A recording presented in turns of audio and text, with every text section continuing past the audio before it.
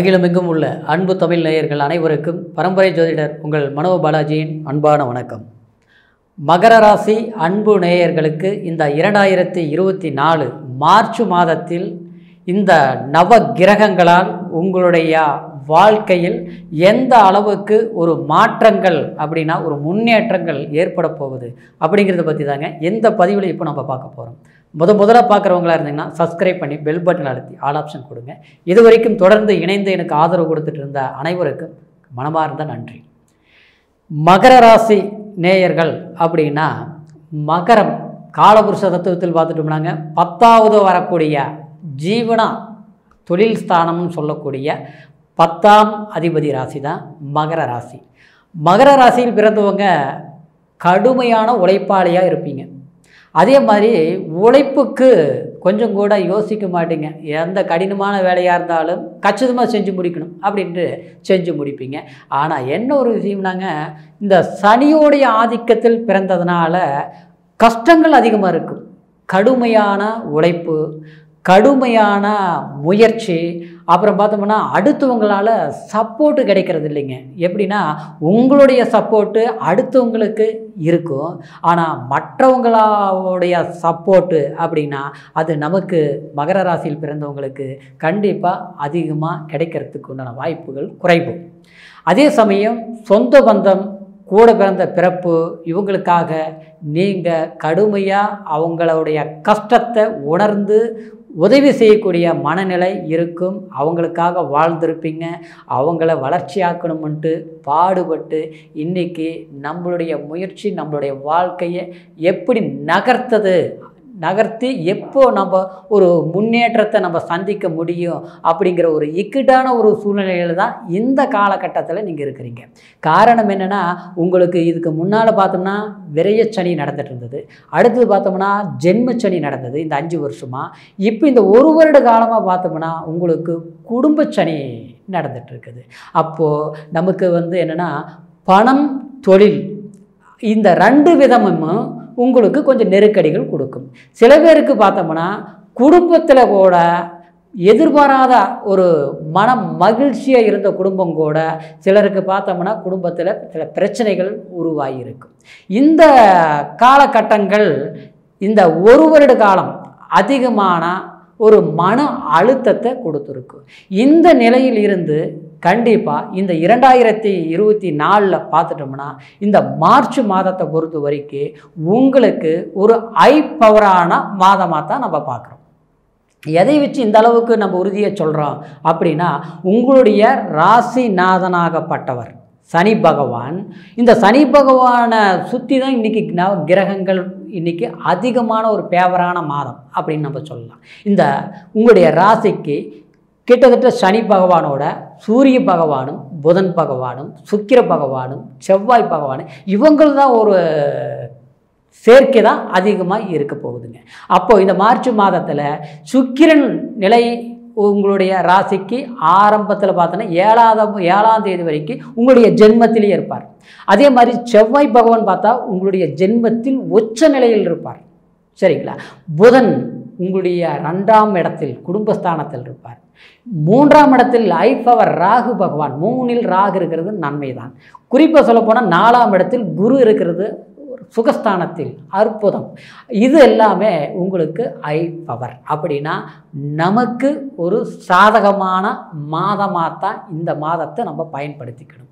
குறிப்பாக சொல்ல போனோம்னா தொழிலில் ஒரு அரசாங்க துறையில் வேலை செஞ்சுட்டு இருந்தவங்களுக்கு கூட மன அழுத்தங்கள் அதிகமாக இருக்கும், மன கஷ்டங்கள் அதிகமாக இருக்கும். நாம் கடும் உழைப்பாளிகளாக இருந்தாலும் நமக்கு சரியான ஒரு அங்கீகாரம் கிடைக்காது. இது ஒரு டிரான்ஸ்ஃபர் கேட்டாலும் கிடைக்காது. மேல் அதிகாரிகளால் நமக்கு தொல்லை அப்படின்னா, அதாவது ப்ரெஷர் அதிகமாக இருக்கும் வேலையில். இதனால் ஒரு தாக்கம் அப்படின்னா ஒரு வெறுப்பு ஏற்பட்டிருக்கும். இருந்தாலும் காட்டிக்காமல் கஷ்டப்பட்டு அப்படியே நம்ம தொழில் பண்ணிட்டு இருக்கக்கூடிய நிலை. இது அரசாங்கத்தில் வேலை இருக்கிறவங்களுக்கு மட்டும் இல்லைங்க, ஒரு தனியார் துறையில் ஒரு சின்ன கம்பெனியில் வேலை பார்க்குறவங்களுக்கு கூட அதாவது அந்த வேலையில் ஒரு மன நிம்மதியாக ஒரு சகஜமான ஒரு நிலையில் வேலை செய்ய முடியாத ஒரு சூழ்நிலைகள் ஏற்பட்டிருக்கும் கடந்த காலத்தில். சில பேர் பார்த்தோம்னா அந்த வேலையிலேயே ஒரு இடத்துக்கு 2 இடம் மாறிட்டுங்க. அந்த எங்கேயுமே நிரந்தரமாக சரியான முறையில் வேலையில் நிரந்தரமாக இருக்க முடியல, ஏதோ ஒரு பிரச்சனைகள் வந்துகிட்டே இருக்குது. அப்படிங்கிற ஒரு சூழ்நிலைகள் எல்லாமே இந்த காலகட்டம் மாற்றங்கள் ஆகும். அதே மாதிரி சொந்தமாக தொழில் பண்ணுறவங்க, சொந்தமாக தொழில் செஞ்சுட்டு இருந்தவங்களுக்கு கடும் விளைவுகளை சந்திச்சிருப்பீங்க. வேலை தொழிலில் நஷ்டங்கள் சந்தித்தோம். ஆரம்பத்திலேருந்து நான் 20-30 வருஷமாக நான் ரொம்ப அற்புதமாக வேலை செஞ்சுட்டு இருக்கிறேங்க. 50 பேரில் 500 பேர் வச்சு நான் வேலை செய்யக்கூடிய ஒரு திறமையில் இருந்தேன். ஆனால் இப்போ பார்த்தோம்னா தொழிலில் எல்லாமே முடக்கமாகி போச்சு. சரியான முறையில் அந்த வேலை தொழில் நடந்துட்டு இருந்த தொழிலில் இன்றைக்கி ஆட்கள் கரெக்டாக வரமாட்டேங்கிறாங்க, யாருமே நிரந்தரமாக தங்க மாட்டேங்கிறாங்க. ஏதோ ஒரு வழியில் பார்த்தோம்னா கொஞ்ச நாள் இருக்கிறாங்க, கடைசியில் வரும்போது சாதாரணமாக வராங்க, வந்த பிறகு பார்த்தா நம்மளே எதிர்த்து பேசுகிற அளவுக்கு போயிடுறாங்க. எவ்வளோதான் அவங்களுக்கு பொருளாதாரத்தை நம்ம கொடுத்து வேலை வாங்கணும்னு நினச்சாலும் வாங்குற வரைக்கும் கரெக்டாக இருக்கிறாங்க. வாங்கிட்டோம்னா கடைசியில் நம்மள்கிட்ட சரியான ஒரு பரஸ்பரமாக இருக்க மாட்டேங்கிறாங்க, நிலையை தங்க மாட்டேங்கிறாங்க. இதனால் சரியாக தொழில் நடத்த முடியல, இதனால் நஷ்டமாகி போச்சு. அதனால் சில பேருக்கு பார்த்தீங்கன்னா கடன் ஆகி போச்சு. இந்த தொழிலில் நடத்தலாமா வேண்டாமா, அது பெரிய ஃபேக்ட்ரியாக இருந்தாலும் சரி, சின்ன ஒரு ஷாப்பாக இருந்தாலும் சரி, எதுவாக இருந்தாலும் முதல்ல இருந்த மாதிரி தொழிலை சரியான முறையில் சொந்தமாக பண்ணுறவங்க நடத்த முடியாத ஒரு சூழ்நிலைகள். சில பேருக்கு பார்த்தோம்னா கடன் பிரச்சனை அதிகமாகிடுச்சுங்க, கடன் எப்படி கட்டுறதுன்னு தெரியல, அப்படிங்கிற ஒரு மன அழுத்தங்கள் கொடுத்துருக்கும். ஏன்னா உங்களுடைய ஜென்மத்தில் இருக்கிற போது ஒன்று பார்த்தா ஆரோக்கியமும் சரியாக இருக்காது, ஏதோ ஒரு மன அழுத்தம், ஏதோ ஒரு மனசில் ஒரு பயம், யாரை நம்பினாலும் அங்கே ஒரு பிரச்சனைகள், எந்த ஒரு தொழில் பண்ணாலும் அந்த தொழிலில் பிரச்சனைகள். அதே மாதிரி ஒரு வேலையே நம்ம அதை எடுத்துட்டோம்னா சரியான முறையில் முடித்து கொடுக்க முடியாத ஒரு நிலை. ஆரம்பத்தில் கச்சிதமாக நினச்ச மாதிரி செஞ்சு முடித்தோம், ஆனால் இப்போ பண்ண முடிய மாட்டேங்குது. இந்த நிலையிலிருந்து உங்களுடைய ஜென்மத்தில் இருக்கக்கூடிய செவ்வாய் பகவான் 14ஆம் தேதி வரைக்கும் செவ்வாய் பகவான் உங்களுடைய ஜென்மத்தில் இருப்பார். அப்போது இந்த உச்ச நிலையிலிருந்து 2ஆம் இடத்துக்கு போகும்போது உங்ககிட்ட ஒரு வைப்ரேஷன் கிடைக்கும், உங்களுக்கு ஒரு தன்னம்பிக்கை பிறக்கும், ஒரு பலம் சேர்க்கும். அது குடும்பஸ்தானத்துக்கும் சரி, தொழில் ஸ்தானத்துக்கும் சரி. சில பேர் பார்த்தோம்னா வீட்டை திருமணம் பண்ண முடியலைங்க, குழந்தைங்களை சின்னலேருந்து இப்போ ஓரளவுக்கு நான் உருவாக்கினேன், எல்லாமே பண்ணி அவங்களுக்கு ஆளான பிறகு அவங்களுடைய தேவைகளை சரியான முறையில் பூர்த்தி பண்ண முடிய மாட்டேங்குது. ஒரு திருமணம் சார்ந்த விஷயத்திலும் சரி ஏதோ தடைகள் வருது.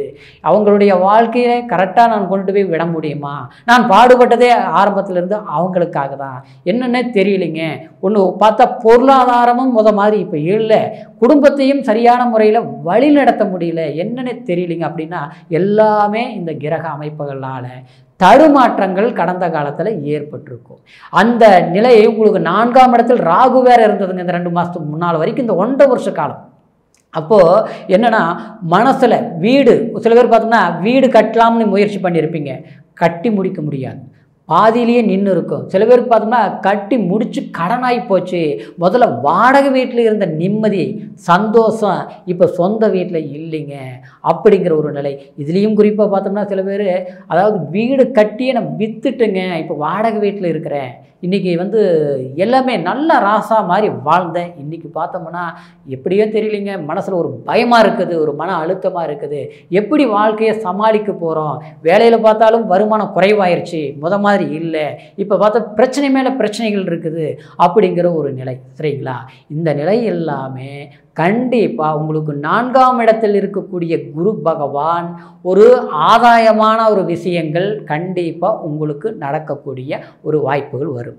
3ஆம் இடத்தில் ராகு, இது ஒரு ஃபேவரட் அருமையான வாய்ப்பு. எப்படின்னா ஒரு லாபமான விஷயங்கள் உங்களுக்கு அந்த தைரிய ஸ்தானத்தில் குழப்பங்கள் ஏற்பட்டாலும் அந்த குழப்பங்களுக்கு தீர்வு ஏற்படக்கூடிய நிலை வரும். ஏன்னா புதன் போய் 3ஆம் இடத்துல போகுது. ஏன்னா புதனை பொறுத்த வரைக்கும் 3ஆம் இடம் போனாலும் மறைவுங்கிறது கிடையாதுங்க. ஏன்னா நவகிரகங்களிலேயே புதனுக்கு மட்டும்தாங்க 3ஆம் இடமும் 8ஆம் இடமும் 6ஆம் இடமும் 12ஆம் இடம் இந்த எந்த இடத்துல இருந்தாலும் புதன் பகவானுக்கு மறைவு ஸ்தானங்கிறது கிடையாது.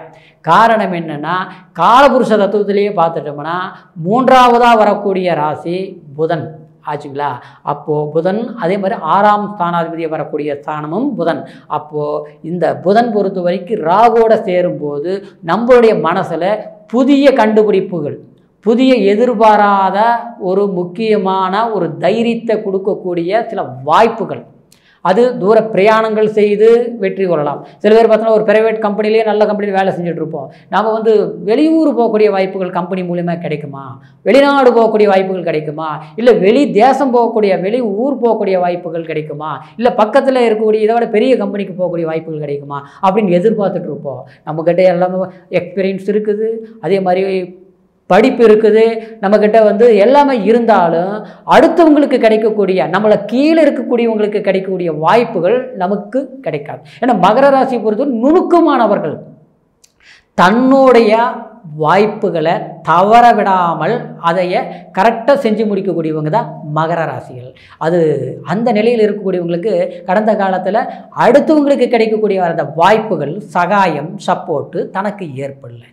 ஆனால் இந்த வாய்ப்பு இந்த மார்ச் மாதத்தில் உங்களுக்கு ஒரு சாதகமான மாதமாக உங்களுக்கு அமையப்போகுது. அப்போ சில வாய்ப்புகள் கிடைக்கும். தொழிலில் இருந்த பிரச்சனைகள் விலகும். ஒரு வேலைக்கு போகிறவங்க வேலையில் இருந்த சிக்கல்கள் சேரக்கூடிய ஒரு வாய்ப்புகளாக இருக்கும். ஒரு இப்போ சொல்லப்போனால் சில பேருக்கு பார்த்தோம்னா கல்யாணம் விஷயத்திலேயே சில பேருக்கு தடைகளாக இருக்கும். சில பேருக்கு கல்யாணமே நடக்கலை, எத்தனையோ பெண்கள் பார்த்தோம், பெண்ணுக்கு ஆணை பார்த்தோம், சரியான முறையில் மணமகன் ஜாதகம் அமையலை, பொருத்தம் இருக்குது, எல்லாமே பேவராக வருது, சரியாக ஒத்து வருது. கடைசியில் கல்யாணம் நடக்கிற நேரத்தில் பார்த்தோம்னா ஏதோ ஒரு விதத்தில் தடங்களா, இது ஏதோ யாரோ கெடுத்து விட்றாங்க, இல்லையே ஏதோ ஒரு விதம், அது எப்படின்னே தெரிய மாட்டேங்குது, என்ன நடக்குதுன்னே தெரிய மாட்டேங்குது.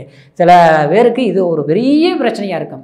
ஆனால் கண்டிப்பாக இந்த மங்களகாரகன் சுக்கிரனும் உங்களுடைய ஜென்மத்தில் இருப்பதனால, அதே 2ஆம் இட குடும்பஸ்தானத்துக்கு சுக்கிர பகவான் பெயர்ச்சி ஆகும்போது கலஸ்தரக்காரகன் ஒரு நிலை சுக்கிர பகவானுக்கு இருப்பதனால கண்டிப்பாக சுப நிகழ்வுகள் நடக்கக்கூடிய தன்மை. ஏன்னா சுக்கிரனும் சனியும் சேர்க்கைங்கிறது அது ஒரு நல்ல சேர்க்கை தான், சரிங்களா?